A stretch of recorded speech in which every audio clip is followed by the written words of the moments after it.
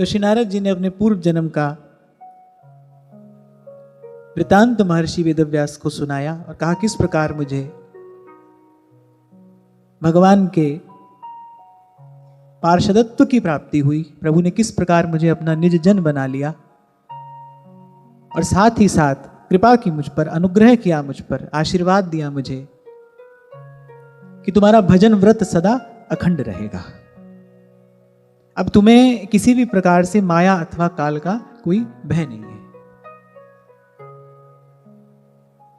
आप देखो, भूत हो, वर्तमान हो, या फिर भविष्य में कभी कहीं कोई ऐसी घटना घटेगी, तो अगर कोई आपको वस्तुतः आनंद में मिलेगा, निर्भय निश्चिंत मिलेगा, तो भगवत भजन में ही मिलेगा।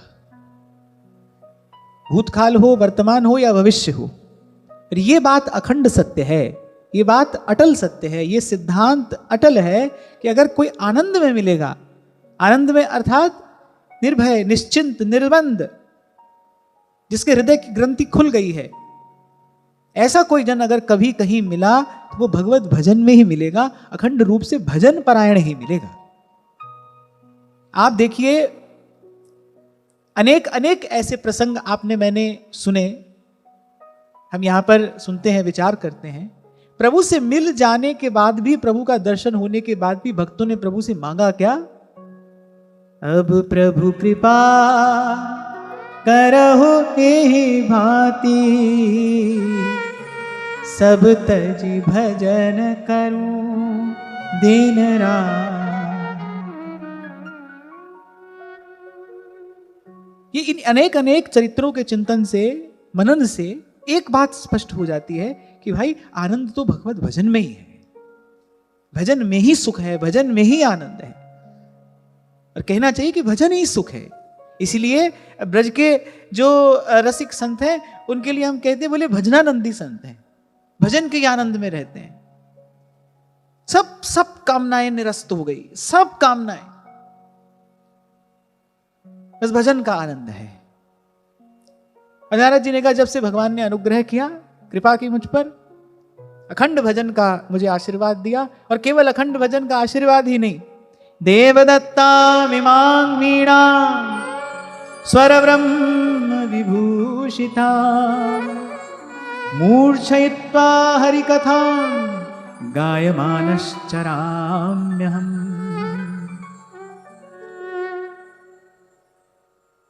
जैसे कोई अपनी बड़ी प्रिय वस्तु बड़े प्रेम भाव से अपने किसी प्रियजन को दिखाता है ना, ऐसे नारद जी ने अपनी वीणा भगवान वेदव्यास को दिखाई। देखो, भगवान ने हमको आशीर्वाद भी दिया और साथ ही साथ भगवान ने अपनी कृपा से ये प्रसादी वीणा भी हमको प्रदान की, स्वर ब्रह्म से विभूषित वीणा। स्वर ब्रह्म अर्थात सारे गामा पाधानी सुना है ना, स्वर ब्रह्म है। जब संगीत का साधन किया जाता है तो इसी भाव को हृदय में रखकर किया जाता है कि स्वर ही ईश्वर है, स्वर ही ईश्वर है। जैसे मंत्र की सिद्धि होती है, ऐसी स्वर की भी सिद्धि होती है। मंत्र सिद्ध कर लेने से जैसे मंत्र के देवता का दर्शन होता है, ऐसे स्वर सिद्ध करने से स्वर में जो शक्ति निहित है, स्वर में जो देवता निहित है, और स्वर का देवता कौन है? स्वर का देवता कोई और नहीं, स्वर ब्रह्म है। स्वर का देवता स्वयं ईश्वर ही है, स्वर ही ईश्वर है। इसीलिए कभी कभी आपसे कहता हूं कि जिसने प्रभु को पाया फिर उसने गाया। आप सारी संत परंपरा का दर्शन करिए, नारद जी से लेकर आप समग्र संत परंपरा का दर्शन करिए। जो प्रेमी अनुरागी भक्त हैं, संत हैं, मीरा, सूर, कबीर, तुलसी, नानक, दिन रात निरवधि भगवान का गुण गा रहे हैं। और श्री जी की कृपा से हम जिनके चरण शरण में पहुंचे हैं, उनका तो परिचय ही ये कहकर दिया जाता है कि निस दिन गान, रूप माधुरी को पान, और अंतर सिहान, एक काम श्यामा श्याम सो। आप महाप्रभु जी का जो ये परिचय दिया श्री प्रियादास जी ने, एक बार इसका विचार करिए, कैसा है श्री महाप्रभु जी का जीवन। करिए, निस दिन गान, रूप माधुरी को पान। श्री जी का गुण गाते हैं और बस गुण गाते गाते उनकी रूप माधुरी का पान करते। करिए, यही उनका जीवन है, यही उनकी उपासना है, यही उनकी साधना है, यही उनकी परिचर्या है। निस दिन गान। कभी कभी यहां व्यवहार में भी कोई बात बड़े काम की मिल जाती है। ये बड़े काम की बात है कि हर दिल जो प्यार करेगा वो गाना गाएगा। प्रेम की अभिव्यक्ति ऐसे ही होती है, ऐसे ही होती है। सब संत गा रहे हैं, प्रभु का गुण गा रहे हैं और कह रहे हैं बस ये प्राप्ति जिसको हुई उसको फिर किसी अन्य साधन की कोई अपेक्षा नहीं। गाया गाया हरि गुण गाया और काल ब्याल सो भांची।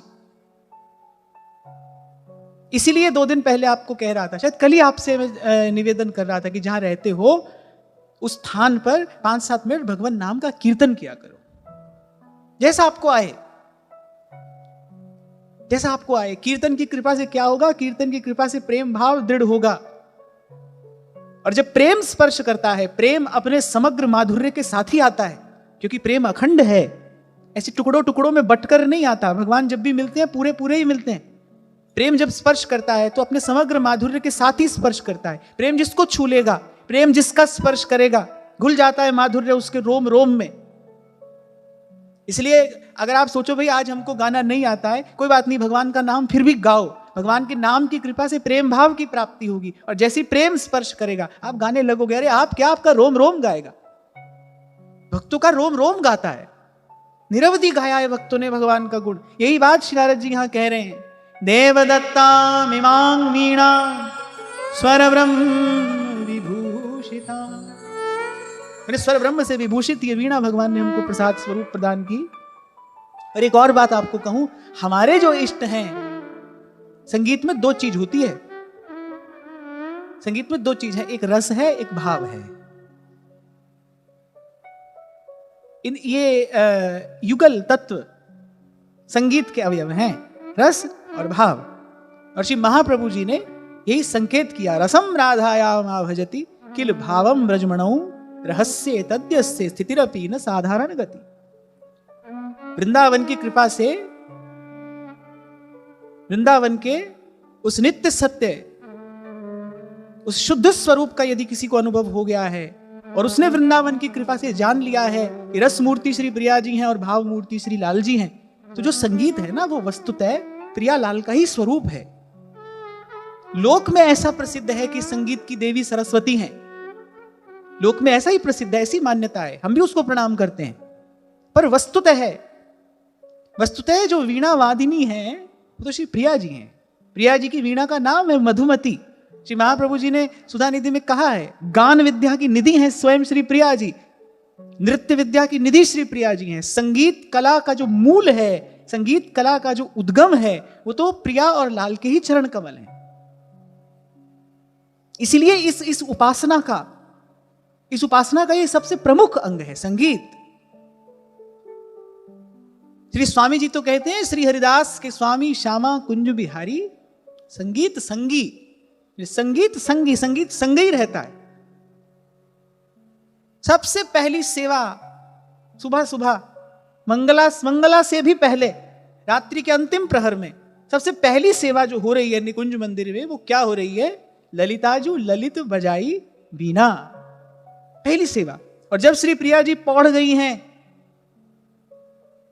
तब भी क्या हो रहा है वहां? करे राग सुनत मृदु बानी, राजत निकुंज महल ठकुरानी, राजत निकुंज महल ठकुरानी, कुसुम से जुपे पौड़ी श्यामा, कुसुम से जुपे पौड़ी श्यामा, राग सुनत मृदु बानी, राजत निकुंज महल ठकुरानी। इसी से, संगीत से ही आरंभ हो रहा है सेवा का। राग सुनत मृदु बानी, और राग सुनते सुनते ही श्री प्रिया जी पौड़ी हैं। और मध्य भी जहां जहां कुंजों में निकुंजों में विहार हो रहा है, आप 42 लीला का दर्शन करो। कहां किसी भी कुंज में कहीं कोई भी क्रीड़ा, कोई भी लीला हो रही है, पर सखियों के हाथ में अपने अपने वाद्य यंत्र हैं। कोई गा रही है, कोई बजा रही है। श्री महाप्रभु बता रहे हैं कि सहचरियों का ये जो संगीत विद्या का उनका वैदुष्य कैसा है। यानी एक थे एक संगीत की स्वामिनी, सबकी सब संगीत विद्या में निपुण हैं।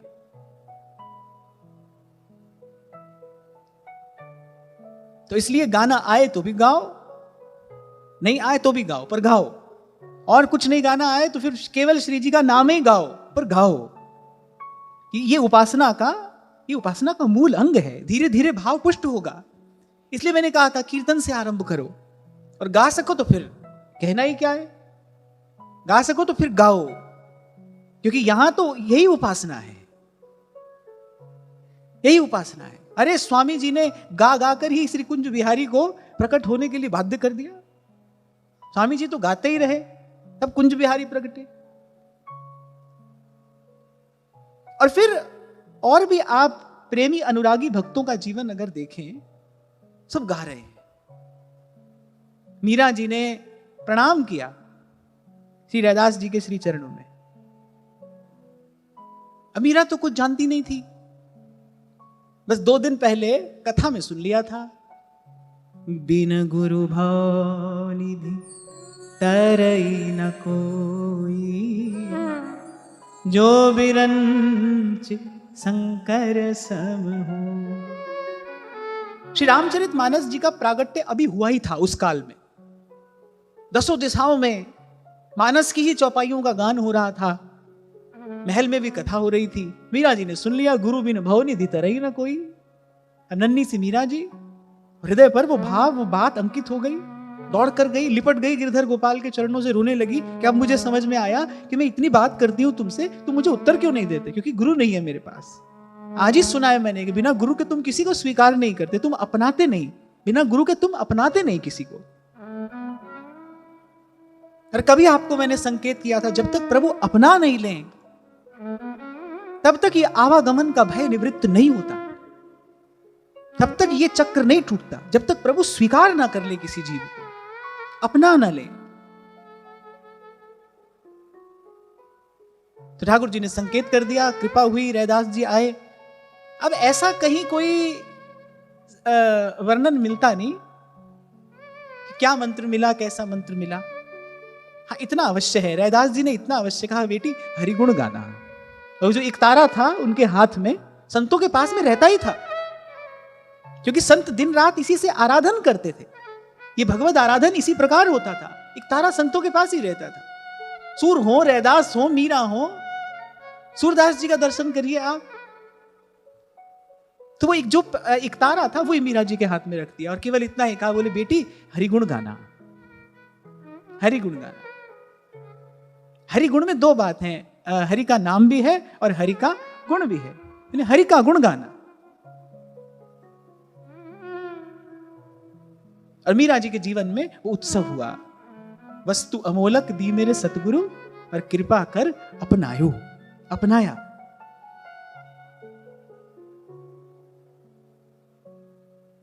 तो देखना, हम तो जिस मार्ग पर चल रहे हैं, मैं फिर कह रहा हूं भाई, यहां तो ये उपासना का प्राण तत्व है। अच्छा, हाथ ऊंचा करके बताओ कितने लोग गाते हो? अरे भाई, तो सभी गाते हैं। ये तो बड़े सुख की, बड़े आनंद की बात है, आप सभी गाते हैं। वैसे तो मैं सुनता ही हूं आपको, मेरे साथ तो आप रोज गाते ही है।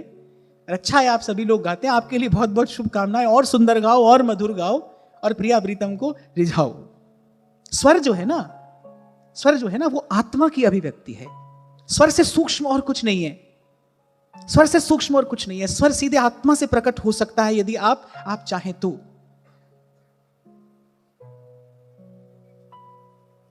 वेद में प्रभु को ब्रह्म भी कहा है, रस भी कहा है। ऐसे ही स्वर ब्रह्म भी है और स्वर ही में रस भी है। स्वर ब्रह्म भी है और स्वर में ही रस भी है। तो रस ब्रह्म की आराधना रस ब्रह्म से ही संभव है। प्रिया प्रीतम कौन है? रस ब्रह्म है।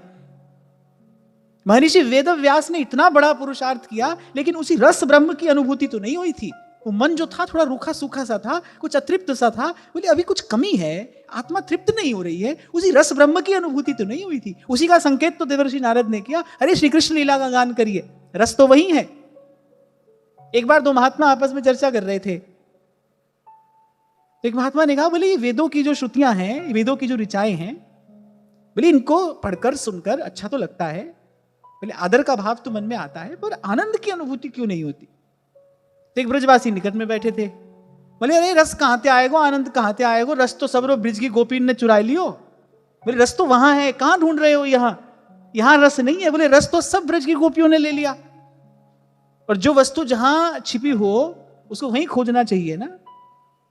जिधर तुम छिपे हो, जिधर तुम छिपे हो उधर देखना है।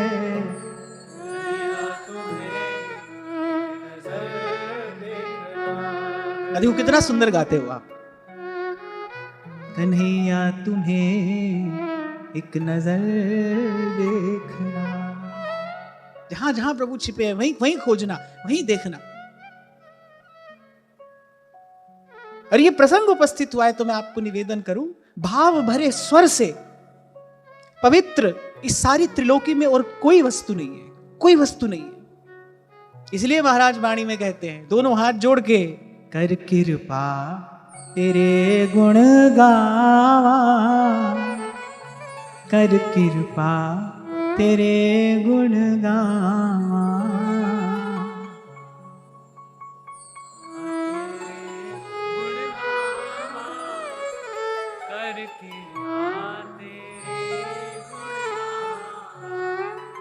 नानक नाम जपत सुख पावा, नानक नाम जपत सुख पावा।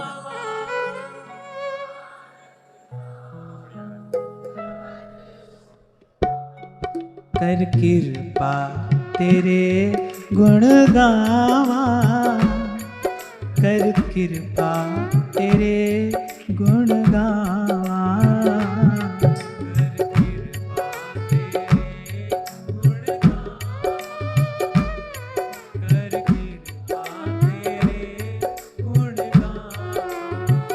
नानक नाम जपत सुख पावा,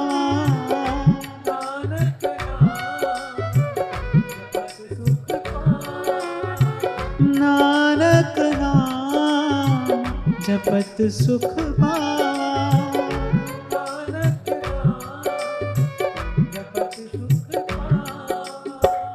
नानक नाम जपत सुख पावा, नानक नाम जपत सुख पावा।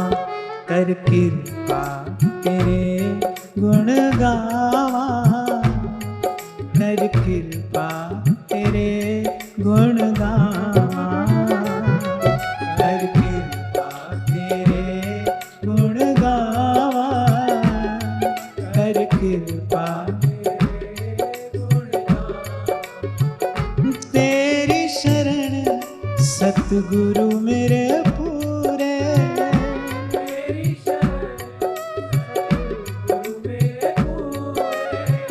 तेरी शरण सतगुरु मेरे पूरे, तेरी शरण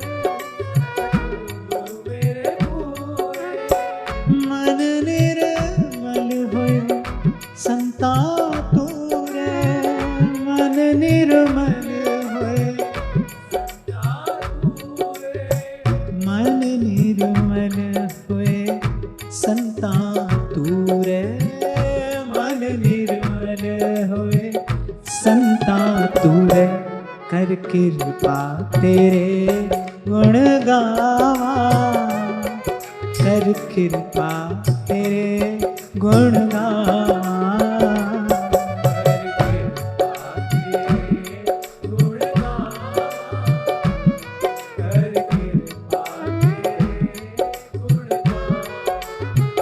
नानक नाम जपत सुख पावा,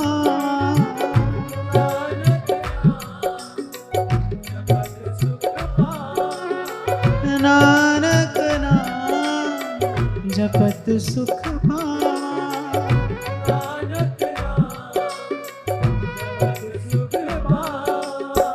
नानक नाम जपत सुख पावा, नानक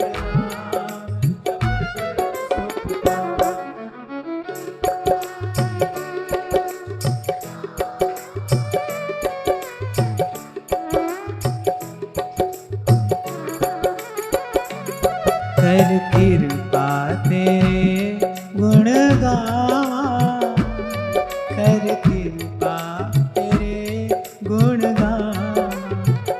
मेरे प्रभु प्रीतम प्राण आधारा,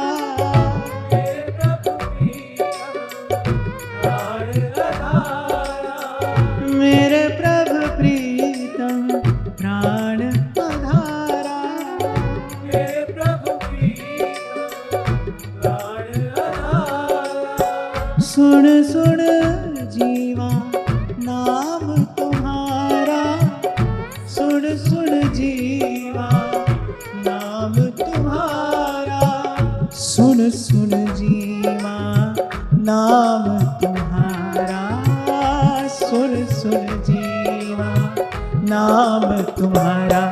कर कृपा तेरे गुण गावा, कर कृपा तेरे गुण गावा, कर कृपा तेरे गुण गावा, कर कृपा तेरे गुण गावा।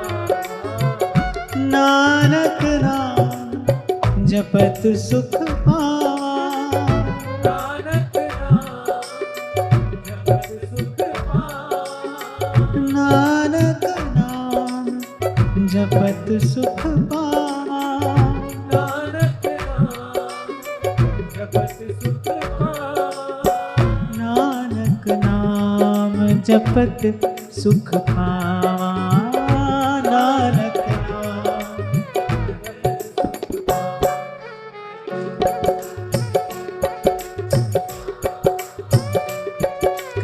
कृपा तेरे गुण गावा, कर कृपा तेरे गुण गावा, कर कृपा तेरे गुण गावा, कर कृपा तेरे गुण गावा, कर कृपा तेरे गुण गावा।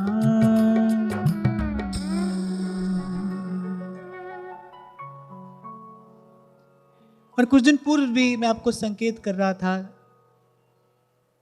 कि जो काल का, समय का, स्थिति का और अपनी सामर्थ्य का विचार करके साधन करता है, वही सफल होता है। 3 बात का विचार करना चाहिए। एक तो समय का, एक स्थिति का और एक अपनी सामर्थ्य का। पहले तो देखो समय कैसा है, फिर हमारी स्थिति कैसी है, कहां है हम, क्योंकि प्रारब्ध के अधीन है, प्रारब्ध ने हमें कहां रखा है, किस प्रकार की व्यवस्था है, कैसा हमारा जीवन है। क्योंकि व्यवहार जगत में भाई माताओं को अलग प्रकार से रहना पड़ता है, पुरुषों को अलग प्रकार से रहना पड़ता है। तो देखो कि हमारी स्थिति क्या है। और फिर तीसरी बात, जिसमें स्त्री पुरुष का विचार तो नहीं है, लेकिन ये देखे कि भाई मेरी सामर्थ्य कैसी है, कितनी सामर्थ्य है मेरे पास। इस 3 बात का विचार करके जो साधन में प्रवृत्त होता है उसको सफलता मिलती है। 3 बात, पहली समय, दूसरी स्थिति, तीसरी सामर्थ्य। समय, स्थिति और सामर्थ्य, इसका विचार करना चाहिए। और इन तीनों का यदि आप विचार करोगे तो फिर आपको संतों की बात माननी पड़ेगी। जैसे हमारे श्री व्यास जी कहते हैं, हरि गुण गावत कलि जुग रही, हरि गुण गावत कलि जुग रही। विधि व्यवहार रयो न कछु अब, विधि व्यवहार रयो न कछु अब, मुख सो हरि हरि कहिए, हरि गुण गावत कलिजुग। एक बात का सदा ध्यान रखना कि भाई इन संतों ने श्रुति शास्त्र पुराण को मत के हमको माखन निकाल कर दे दिया है। सार की बात आपके मेरे हाथ में रख दी है। संतन मत ही निर्णय कियो, श्रुति पुराण इतिहास। देखो भाई, कोई अपने आप को इतना समर्थ, इतना बुद्धिमान समझता हो कि वो कहे भाई मैं खुद देखूंगा, खुद विचारूंगा, तो अपनी वो जाने। जैसे ध्रुवदास जी जब सिद्धांत विचार लीला में सिद्धांत का निर्णय करके दे देते हैं। फिर ध्रुवदास जी अंत में ये कहते, भाई हमने तो कंचन कांच का भेद बता दिया, अब जिसका जैसा मन हो वैसा करे। और मैंने पहले दिन से ये सिद्धांत अपने जीवन में ग्रहण किया है कि भाई मुझे आपको समझाना नहीं है, मुझे आपको बताना है। मैंने आपको बता दिया, अब उसके बाद आपका निर्णय है, आप चुनिए अपने लिए क्या रास्ता चुनते हैं। हमको तो किसी को उपदेश नहीं करना है भाई, हम तो अपने मन को ही उपदेश करेंगे। कुछ सिखाना समझाना होगा, अपने मन को सिखाएंगे, अपने मन को समझाएंगे। आपको बता रहे हैं, आपको बता रहे हैं। अब आपको चयन करना है। किसी को लगे कि भाई नहीं, हम तो अपना मार्ग खुद देखेंगे, खुद विचारेंगे, उसका भी स्वागत है। और हमको संतों की बात में श्रद्धा है। संतों ने जो निर्णय दिया है, श्रुति पुराण इतिहास को मथ के, उसका मंथन करके जो सार वस्तु हमको निकाल कर दे दिए, हमको उसमें पूरी श्रद्धा है। और वो ये कह रहे हैं, विधि व्यवहार रयो न कछु। सब संत एक बात कहते मिलेंगे आपको, सभी संत, एक भी न्यारा नहीं है इस पंक्ति से। मुख सो हरि हरि कहिए, हरि के नाम भरोसे। अरे ये संसार समुद्र लहर उठ, ये बड़ी भयंकर भयंकर लहरें यहां उठती हैं इस संसार रूपी समुद्र में। और कभी आपको मैंने संकेत किया था, इस संसार रूपी समुद्र में, इस भव सिंधु में जल किसका है? कैसा जल है? त्रिगुण का जल है। बड़ी बड़ी लहरें यहां पर उठेंगी।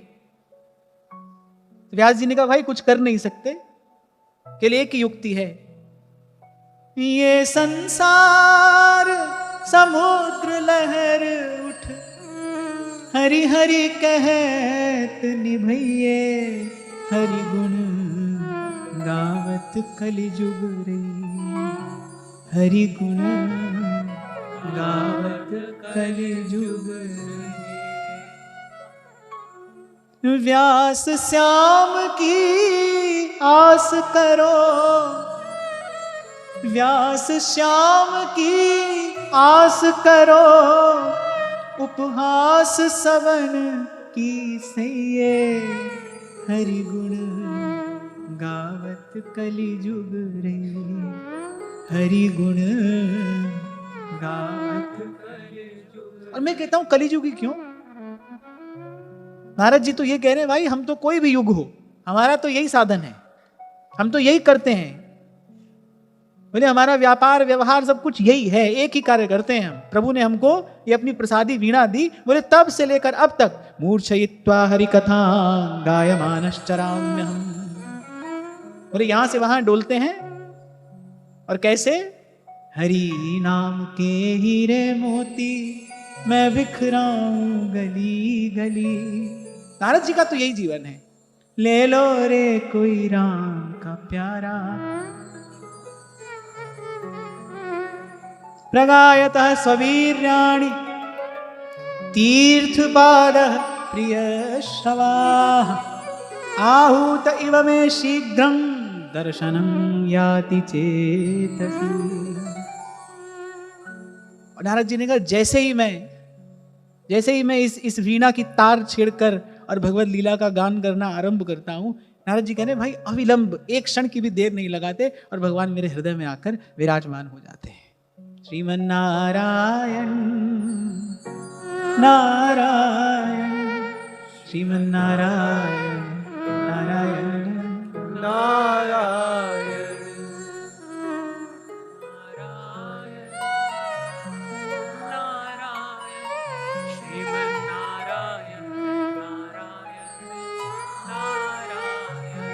भाई महाराज ने वाणी में बहुत विचार करके बात कही है, कलिजुग महा कीर्तन प्रधाना, गुरुमुख जपिए लाए ध्याना।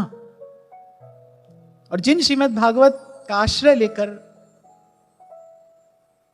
हम यहां पर बैठे ये अमृत पान कर रहे हैं, श्रीमद् भागवत जी ने तो कलयुग का धर्म ही निर्णय किया, निर्णय दिया है, कलौ तद्धरि कीर्तनात्।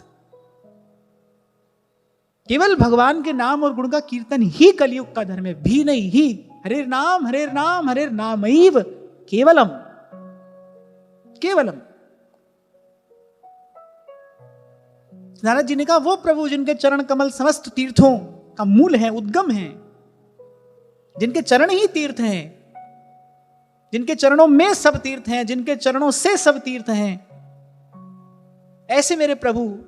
नारद जी कहते हैं जैसे ही मैं भाव भरे स्वर से गान आरंभ करता हूं, प्रभु की लीला कथा का गान, बस अविलंब के एक क्षण की भी देर नहीं लगाते और प्रभु मेरे हृदय में आकर प्रकट हो जाते हैं।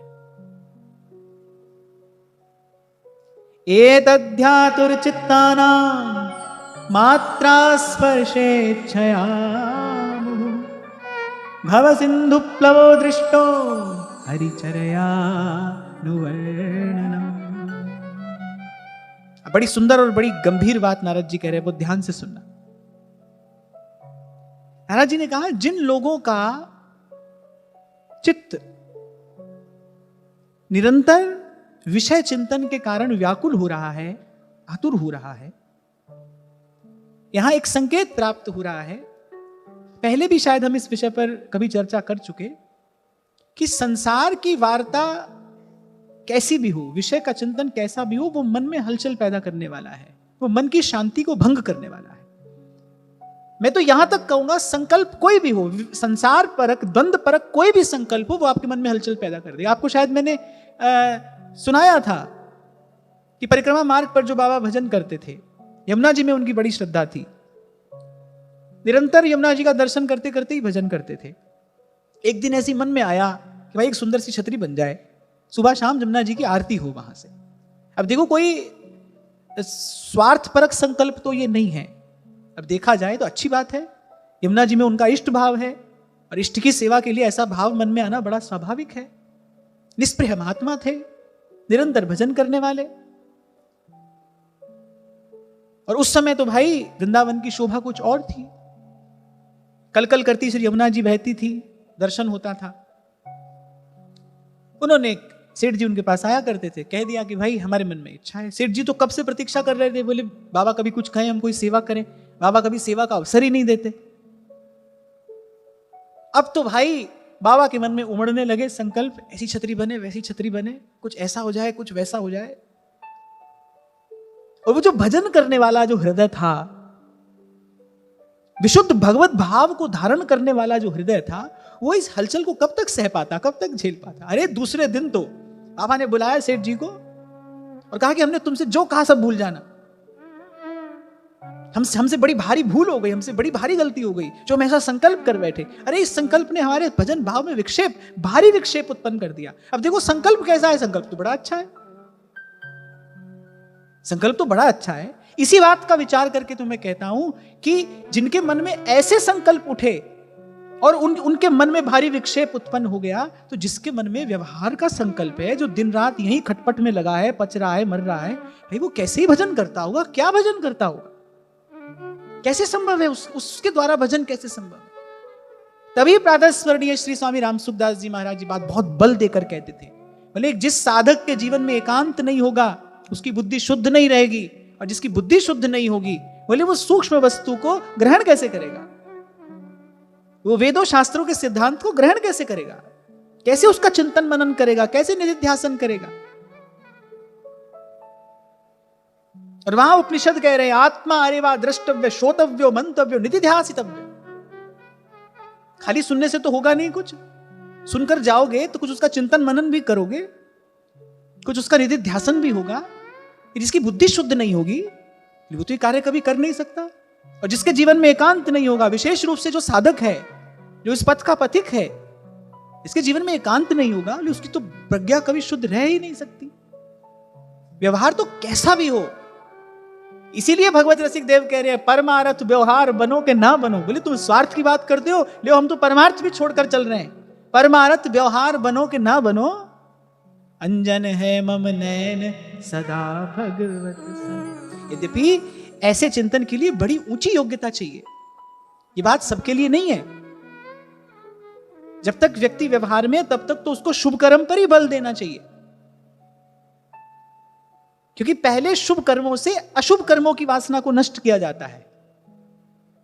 पहले निरंतर शुभ कर्म में प्रवृत्त होकर सत्वगुण को बढ़ाया जाता है, और शुभ कर्मों के प्रभाव से पहले अशुभ कर्मों की जो वासना है पहले उसको नष्ट किया जाता है, और फिर बाद में जब सत्वगुण बहुत बढ़ जाता है और सत्वगुण धकेलता है विशुद्ध भजन भाव की ओर, तब शुभ अशुभ दोनों से पीछा छूटता है। यही प्रक्रिया है। तो पहले तो शुभ कर्म ही करना चाहिए। पर मैं आपको यह बता रहा था, एक स्थिति ऐसी भी आती है जब किसी भी प्रकार का संकल्प मन में हलचल पैदा कर देता है, विक्षेप उत्पन्न करता है। देखो, मक्खी दिन भर जाने कहां कहां भिन भिन आती है ना। एक बार किसी प्रकार अगर वो शहद में पड़ जाए, फिर नहीं जा सकती वो कहीं। शहद में पड़ जाए मक्खी, फिर कहां जा सकती है वो? शहद उसे कहीं जाने नहीं देता। फिर तो उस बेचारी के प्राण ही निकलते हैं शहद में, जा नहीं सकती है वो कहीं। पड़ जाए अगर वो शहद में, तो शहद को मधु भी कहते हैं ना, शहद को मधु भी कहते हैं। और बलिहारी है हमारे सदगुरु की, कि हटाकर विषय पंख को धीरे धीरे और प्रियालाल के प्रेम सर्वे नहाया। ये मधु स्नान तो हमको हमारे महाप्रभु जी ने ही कराया है। ये मधु स्नान तो सेवक जी ध्रुवदास जी ने ही कराया है। ये तो इन रसिकों का ही कृपा प्रसाद है, और इन रसिकों का ही भजन प्रताप है। हम जैसे लोग जो संसार की गलियों में कभी भटक रहे थे, हम जैसे लोग यहां वृंदावन में बैठकर और इस रस की बात कह रहे हैं, सुन रहे हैं। तो नारद जी ने यह बात कही कि जिन लोगों का चित्त निरंतर कामनाओं के कारण, विषय चिंतन के कारण आतुर हो रहा है, नारद जी ने कहा कि इस संसार सागर से पार जाने के लिए जो भगवान की लीला कथा है, बोले उन लोगों के लिए तो ये बिल्कुल जहाज है। और एक शब्द जो नारद जी ने कहा वो बड़ा समर्थ शब्द है, जिसके कारण मैंने कहा कि बड़ी गंभीर बात है, ध्यान देना। नारद जी कह रहे ये मेरा अपना अनुभव है। और जहां जहां अनुभव शब्द आया है, वहां समझना गुरु सत्ता प्रकाशित हुई है, क्योंकि अनुभव गुरु है। अनुभव के प्रकाश में ही तो वस्तु का दर्शन होता है। अनुभव गुरु है, सबसे बड़ा गुरु अनुभव ही होता है। नारद जी कह रहे भाई ये मेरा अनुभव है। जैसे कथा आरंभ करने से पहले ही कागभुसुंडी जी ने गरुड़ जी को एक बात कह दी, निज अनुभव अब कहूं खगेसा, बिन हरि भजन न जाहि कले। महादेव ने राम कथा सुनाने से पहले सुना दिया मां भवानी को, उमा कहूं मैं अनुभव अपना, सत हरि भजन जगत सब सपना। ऐसी नारद जी कह रहे ये मेरा अपना अनुभव है। ये जो आकुल व्याकुल चित्त वाले जो लोग हैं, विषय चिंतन के कारण जिनके मन को एक क्षण के लिए भी कहीं चैन नहीं मिलता, जिनके मन को कभी ठौर नहीं मिलती, दुर्दशा है जिनके चित्त की, बोले उन लोगों के लिए तो जो भगवान की जो लीला कथा है ना, बोले तो उस पार जाने के लिए जहाज है। नारद जी ने कहा ये मेरा अपना अनुभव है। अब भाई टूटा फूटा अपंग कोई कैसा भी हो, जहाज पर एक बार चढ़ जाए तो जहाज अपनी सामर्थ्य से ही पार लगा देता है। व्यक्ति को तो केवल एक बार जहाज पर चढ़ना भर होता है ना, उसके बाद तो जहाज पार लगा देता है। तभी तो संत कह रहे हैं नानक नाम जहाज है, चढ़े सो उतरे पार। बोले जो इस जहाज में चढ़ गया वो तो पार उतर जाएगा। और जैसा मैंने कहा भाई कोई अपंग ही क्यों ना हो, माने वो अपनी सामर्थ्य से बिल्कुल हीन है, एक बार जहाज पर चढ़ जाए तो आप स्वयं चढ़ सको जहाज पर तो चढ़ जाओ, नहीं तो भाई कोई संत आपको इस जहाज पर चढ़ा देगा। इस जहाज पर चढ़ गए तो पार हो जाओगे। चढ़े सो उतरे पार। क्यों? क्योंकि भगवत प्राप्त महापुरुषों का अनुभव है। नारद जी ने बात विशेष बल देकर कही कि व्यास जी ये मेरा अपना अनुभव है।